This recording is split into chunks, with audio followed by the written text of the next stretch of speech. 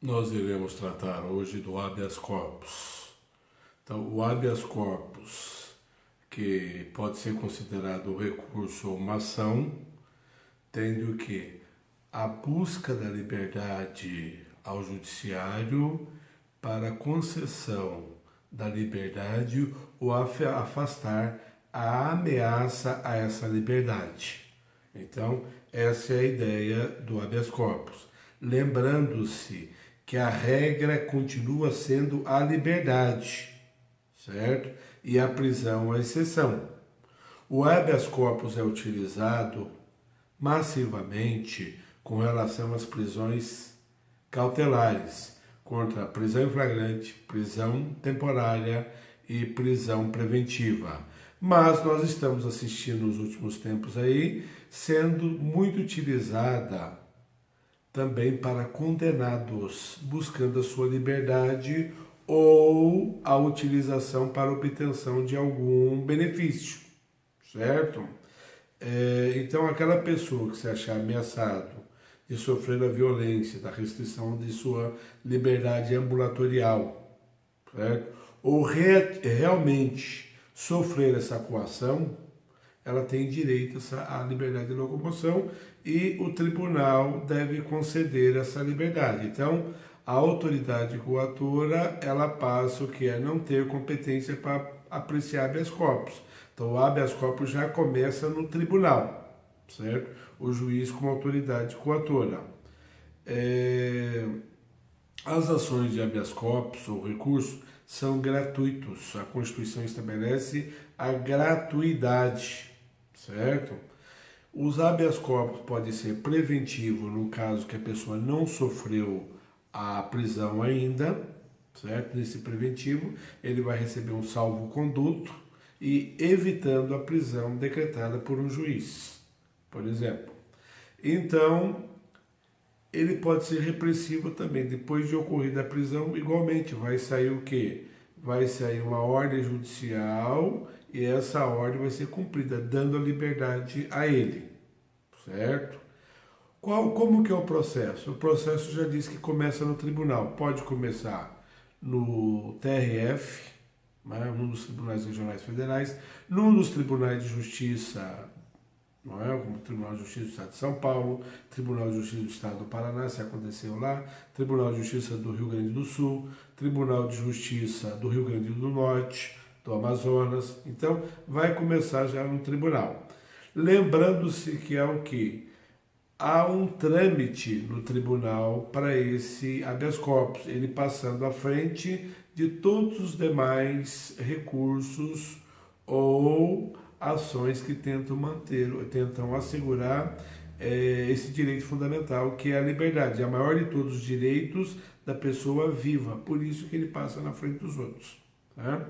Então, precisa aí saber que o habeas corpus é para aqueles casos de coação ilegal, certo? Nulidade do processo, se tem uma nulidade, a coação vai ser ilegal. Tá?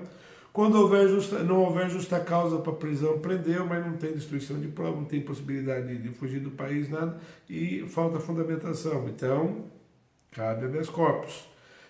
Quando alguém for preso por mais tempo, determina a lei. A gente pega lá os prazos processuais, soma eles, ou o prazo de duração do inquérito policial, certo? A exemplo da Polícia Civil, 10 dias para o indiciado preso. Tá? Quando quem ordenou a prisão não tinha competência para fazer o caso de incompetência, certo? Quando houver cessado o motivo que autorizou a prisão, não é? Então já não tem mais aquela possibilidade. Cabe habeas corpus e a revogação, o relaxamento da prisão. Quando for admitida a pessoa a prestar fiança e conseguir a liberdade provisória, não é? Quando for extinta a punibilidade, já não cabe mais a punição naquele caso. Não é? Então, como eu disse, o habeas corpus começa no Tribunal de Justiça, vai para o Superior Tribunal de Justiça e pode bater no Supremo, porque se trata da liberdade. Começa no TRF, vai para o Superior Tribunal de Justiça e pode acabar no Supremo Tribunal Federal. qualquer pessoa e até o Ministério Público pode ingressar com a ação ou recurso de habeas corpus, certo? Não há necessidade que seja advogado. O próprio preso pode. Né? A petição de habeas corpus segue o trâmite normal. Precisa do quê? Endereçamento, para qual tribunal vai, a qualificação das partes, a autoridade coatora, a espécie de constrangimento, se é ameaça ou se é a coação realmente que ele está sofrendo, e pedir a imediata soltura, certo? Tem algumas vezes que o próprio juiz acaba revogando ou relaxando a prisão lá, revogando, né? Porque prisão preventiva, o temporário ele revoga a prisão, certo? Nesse caso, acaba perdendo o objeto no tribunal. Então, o processo deve ser extinto sem resolução de mérito. Né? Lembrando aí que o mérito não pode ser tratado no habeas corpus. Então, o habeas corpus não tem dilação probatória. Tudo que for apresentado no habeas corpus, a prova precisa de ir pré-constituída, uma pré-constituição de provas, certo?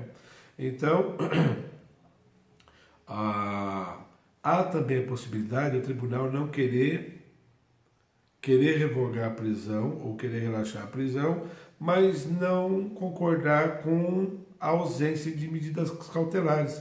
Por exemplo, se tiver inquérito ou processo contra policial militar, guarda civil municipal, policial civil, ele pode determinar o afastamento das atividades por 90 dias, ou enquanto durar, certo? O processo então pode determinar um prazo em que o processo terminaria. Então, é interessante que há a possibilidade de conceder liberdade com essa troca aí. Não é? A autoria e materialidade, então, não cabe discussão se depender da produção de provas, certo? Então, a questão é a seguinte: existe o trâmite do habeas corpus. A Constituição fala que a prisão ilegal será imediatamente relaxada.